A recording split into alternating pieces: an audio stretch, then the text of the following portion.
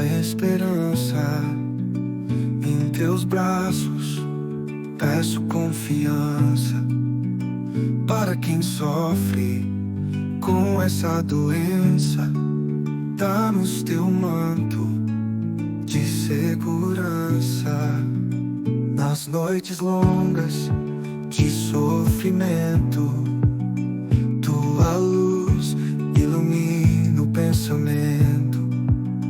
Fortalece-nos em cada momento, com teu amor sincero e atento. Nossa Senhora, escuta o clamor de cura e paz, encha-nos de amor. Os corações aflitos vem consolar, tua proteção venha nos abrigar.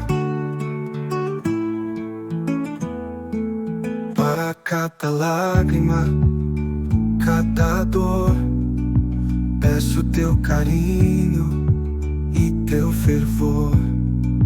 Tua presença é um grande valor. Mãe, intercede com todo ardor. Em cada prece e devoção, sentimos tua santa intercessão.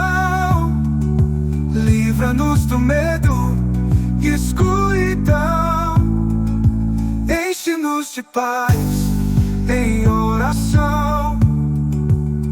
Nossa Senhora, escuta o clamor de cura e paz, encha-nos de amor.